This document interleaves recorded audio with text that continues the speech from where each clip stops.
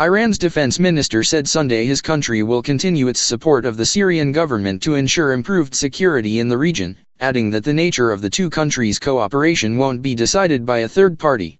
Israel has expressed concern over Iran's growing influence in Syria, accusing Iran of seeking to establish a foothold near the frontier with the Jewish state.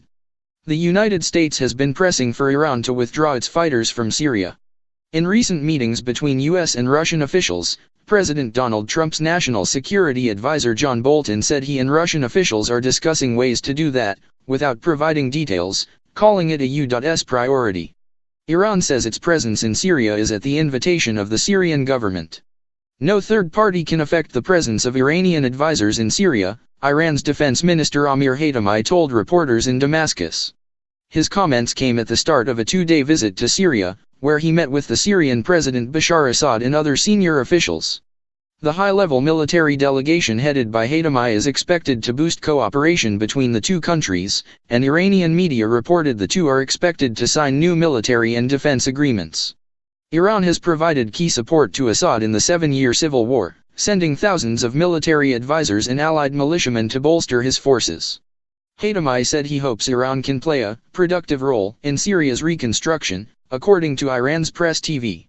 Iran will spare no effort to maintain Syria's territorial integrity, because security in the country will help improve regional stability, Hatami said in a meeting with his Syrian counterpart, General Ali Abdullah Ayoub, in Damascus on Sunday, according to press TV. He later met with Assad. Israel has expressed concern over Iran's growing influence in Syria, accusing Iran of seeking to establish a foothold near the frontier with the Jewish state. Earlier this year, Israeli jets carried out a number of strikes against suspected Iranian bases in Syria, including an unprecedented bombardment of Iranian military installations in May, reportedly in retaliation to an Iranian rocket barrage on Israeli positions in the occupied Golan Heights. The two-day visit comes as Syria gears up for an expected offensive in the northern Idlib province, the last major rebel stronghold, which also has a large al-Qaeda presence. The province is home to nearly 3 million people and borders Turkey, which fears an offensive may trigger a humanitarian and security catastrophe. Ayoub, the Syrian defense minister, said his government is determined to restore government control over Idlib whether through reconciliation deals or with military operations.